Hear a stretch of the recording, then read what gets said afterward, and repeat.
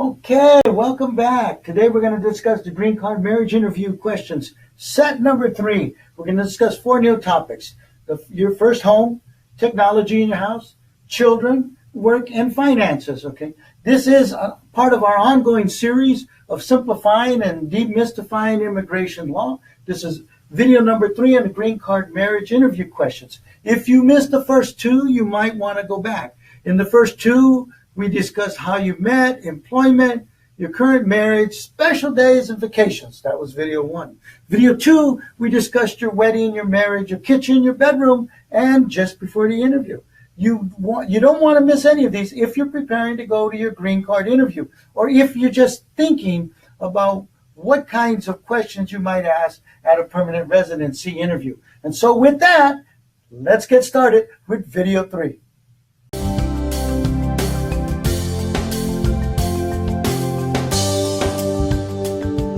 We're going to discuss first your first home.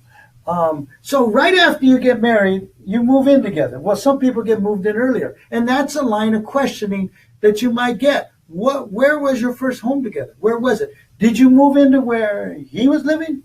Or did you move into where she was living? Or did you go to a whole new place? Did you move in prior to the marriage or after the marriage? And in that house, how many rooms were there? How many bedrooms? Were there windows? Did it have a garage? Was it an apartment? Was it a home? Was it a condominium? What was it? You might also be asked, how much rent or mortgage did you pay? Or did you have furniture there? Did it come pre-furnished? Or did you buy furniture? Oh, and by the way, if you bought furniture, how was it delivered? By the company? By the male and his friend, or the female's family? I mean, how did it get there? Perfect line of questioning, okay? And as I've said throughout this video series, most of those answers should be pretty easy for you if you're a legitimate couple, okay? That may require some remembering in terms of the furniture and the rooms and all that. And that's one reason you might want to sit down. Because if you go into this line of questioning and you've been married, say, 5, 6, 7, 8, 9, 10 years, it could take a while. For you, it's been a while, and so you may have forgotten some of the precise details, and they'll be looking at that. So you don't want to guess, you want to know. If you don't know, then you say, I don't remember. But you really should try to do some work ahead of time, some homework, so that you're ready for the interview. How about technology? You have a garage, keep cars. Who keeps the garage door? Do you have a television? In how many rooms? Are they the same size? What model or make of it? What is the most recent television that you purchased? And what room is it in? Oh, do you watch your shows together or separate? What's your wife's favorite show? What's your favorite show? Do you watch the news? Does she watch the news? Perfect questions. Perfect line of questions. So you need to be ready. You know, I had talked about red flags in the first video, and one red flag is when people aren't really, they're not living together. That's a real question. So if that were to come up, then some of the first home technology questions would be hard to answer. But you still need to prepare because you spend some time together.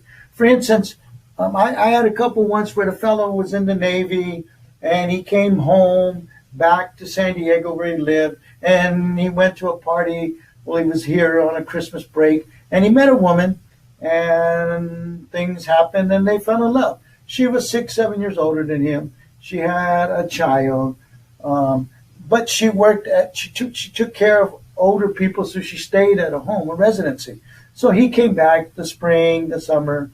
They fell in love. They got married. He's in the Navy. She's staying at this home. Then he comes back to the city, but she wants to keep this job because he's hoping to leave the Navy and go into college, and so they want to save their money. So they had this very unusual relationship, separation. Now, in that case, they're going to be hit with some of the other questions that we've discussed in previous videos, and what I'm going to discuss in the next 2 areas. Okay, for instance, she had a child. And when we're talking about children here, it's not just your children, okay? If the other spouse has children, whether they're older, they're grown up, or they live with you, I mean, then that should be pretty easy to answer the question. But if they don't live with you, they live with the ex-spouse or the parent of the child.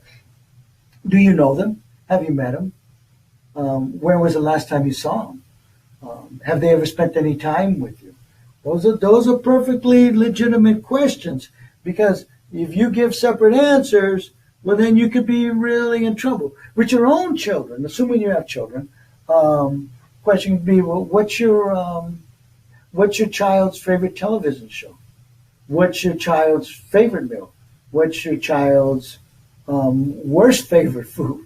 What daycare does the child go to? What time does the child get out of school? What grade your child in? Again, those should be relatively easy questions. If you do take an active role in your child's life. Now, that's not always the case, and I mean, things being what they are, you should know those answers to those questions. I mean, most parents would, but that's not a guarantee. And so part of the reason that I stress preparing for interviews is that any of these areas are ripe for questioning. And if you haven't at least thought about what you could be asked, and if they suspect any problems in terms of fraud, then you could be separated, and those problems could be greatly magnified. And you could have some problems getting to the finish line, which is permanent residency for the immigrant spouse. Then these areas, especially like technology. If you buy technology and therefore they have credit cards, they may ask for some records. Same thing with your home, mortgage receipts. This area really comes into play. Joint financial records are really big. Okay. Do you guys put money into the same account? Yes, no. If one of the spouses comes into the marriage ahead of time with property, did they sign a deed where both of you are on? If not, you're going to have to explain that. I had a couple where they came in and I noticed, 2-3 times, hey, no wedding rings. Very interesting. No wedding rings. I got to keep an eye on that. I had a couple that comes in and the wife comes alone, and then the husband comes along. You can't get them in here at the same time. Even for me, I'm keeping an eye on that. Wait a minute, what's up with this? Okay.